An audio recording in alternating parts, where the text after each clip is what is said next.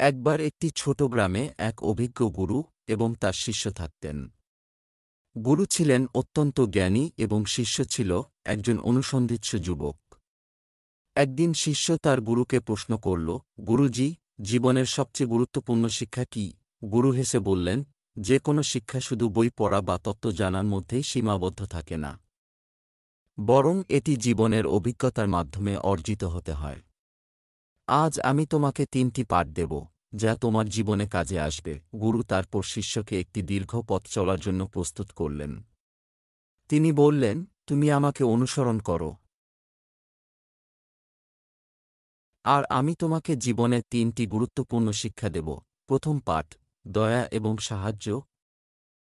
গুরু এবং শিষ্য দীর্ঘ পথ পাড়ি দিচ্ছিলেন।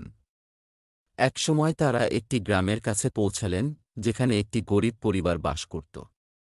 গরিব পরিবারটি খুব অসুস্থ ছিল এবং তাদের কাছে কোনো খাবার বা চিকিৎসার সামগ্রী ছিল না। গুরু বললেন, তুমি এখানে একটু দাঁড়িয়ে থেকো, আমি তাদের সাহায্য করতে যাচ্ছি। এরপর তিনি পরিবারের সদস্যদের কাছে গেলেন এবং তাদেরকে কিছু খাবার, পানি ও প্রাথমিক চিকিৎসা দিয়ে সাহায্য করলেন। পরিবারের সদস্যরা অত্যন্ত কৃতজ্ঞ হয়ে গেলেন এবং গুরুকে ধন্যবাদ দিলেন। শিষ্য খুব অবাক হয়ে গুরুর দিকে তাকিয়ে বলল, গুরুজি, আমরা তো পথ চলছিলাম, আপনি কেন তাদের সাহায্য করলেন? আমাদের তো আমাদের গন্তব্যে পৌঁছানো জরুরি ছিল। গুরু হেসে বললেন, জীবনে আসল শিক্ষা হল, যারা বিপদে আছে তাদের সাহায্য করা। টাকা, ক্ষমতা বা গন্তব্য কখনোই সবচেয়ে গুরুত্বপূর্ণ নয়, মানুষের সুখে দুঃখে সহায়তা করা আসল শিক্ষা। দ্বিতীয় পাঠ, সময় এবং ধৈর্য।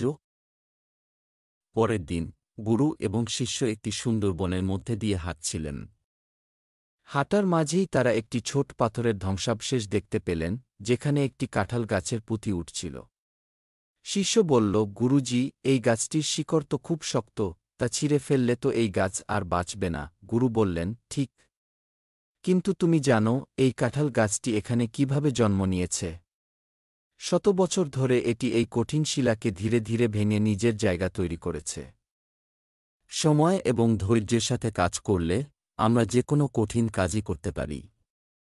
এই গাছটি আমাকে শেখায় যে আমাদের জীবনের যে কোনো সমস্যা যদি ধৈর্যের সাথে মোকাবিলা করা যায়, তবে আমরা তা সমাধান করতে সক্ষম হব। শিষ্য এবার বুঝতে পারল যে জীবনের সময় এবং ধৈর্য খুবই গুরুত্বপূর্ণ।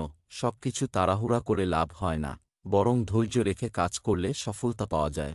তৃতীয় পাঠ, সত্য এবং সাহস। একদিন গুরু এবং শিষ্য একটি নদী পার হচ্ছিলেন। নদীটি ছিল খুবই চওড়া এবং গভীর।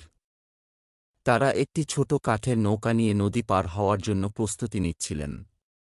কিন্তু ঠিক সেই সময় একটি বিপজ্জনক ঝড়ের সংকেত পাওয়া গেল। সবাই আতঙ্কিত হয়ে পড়ল এবং নৌকা থেকে নামার সিদ্ধান্ত নিল। শিষ্য ভয় পেয়ে গুরুর কাছে বলল, গুরুজি, আমাদেরও এখান থেকে ফিরে যাওয়া উচিত, ঝড় খুব তীব্র হতে পারে। গুরু শান্তভাবে বললেন, শিষ্য, সত্য জানো, ঝড়ের ভয় না পেলেও আমাদের জীবন বিপদের সম্মুখীন হতে পারে। কিন্তু সাহসী হতে হবে এবং পরিস্থিতি সঠিকভাবে মোকাবিলা করতে হবে। আমরা নৌকায় নিরাপদে রয়েছি এবং শিগগিরই ঝড় চলে যাবে। জীবনে অনেক সময় আমাদের সত্য এবং সাহস নিয়ে সিদ্ধান্ত নিতে হয়, যাতে আমরা সমস্যার মুখোমুখি হলেও এগিয়ে যেতে পারি। শিষ্য শিখল যে জীবনে সঠিক সিদ্ধান্ত নেওয়ার জন্য সত্য এবং সাহস থাকতে হয়। ভয় থাকলে কেউ কখনো বড় কিছু করতে পারে না। গুরু তার শিষ্যকে 3টি অমূল্য পাঠ দিলেন, দয়া এবং সাহায্য, সময় এবং ধৈর্য, এবং সত্য এবং সাহস। এই 3টি পাঠ শিষ্যকে একে একে তার জীবনে প্রয়োগ করতে সহায়তা করেছিল। গুরু জানতেন, একজন মানুষ যখন এই 3টি শিক্ষা নিজের জীবনে প্রতিষ্ঠিত করে, তখন সে জীবনে সত্যিকারভাবে সফল ও সুখী হতে পারে।